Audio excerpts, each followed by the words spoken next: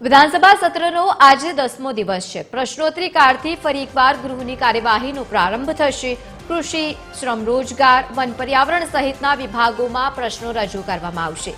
વિવિધ વિભાગોના વાર્ષિક અહેવાલ પણ રજૂ થશે અને બીજી તરફ અંદાજપત્ર પર પણ સામાન્ય ચર્ચા થશે।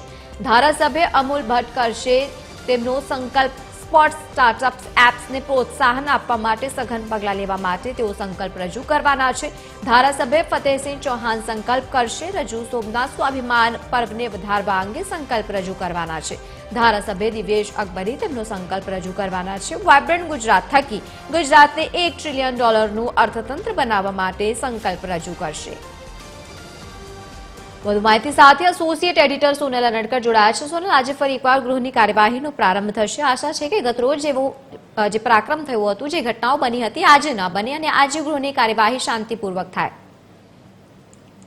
વિધાનસભા સત્રનો આજે 10મો દિવસ છે અને મહત્વનું છે કે પ્રશ્નોત્તરી કાળથી ગૃહની કાર્યવાહીનો પ્રારંભ થશે, જેમાં કૃષિ, શ્રમ રોજગાર, વન પર્યાવરણ સહિતના જે વિભાગો છે તેના પ્રશ્નો રજૂ થવાના છે। સાથે સાથે વિવિધ વિભાગોના વાર્ષિક અહેવાલો પણ આજે ગૃહમાં રજૂ થશે અને આ ઉપરાંત અંદાજપત્ર પણ જે સામાન્ય ચર્ચા ચાલી રહી છે તે અંતર્ગત તે ચર્ચા આજે આગળ વધશે, જેમાં ધારાસભ્યો જે છે તે પોતાના મંતવ્યો રજૂ કરશે। સાથે સાથે જ ધારાસભ્ય અમૂલ ભટ્ટ સહિત 3 ધારાસભ્યો જે છે તે તેમના અલગ અલગ વિષયો પરના સંકલ્પો રજૂ કરવાના છે।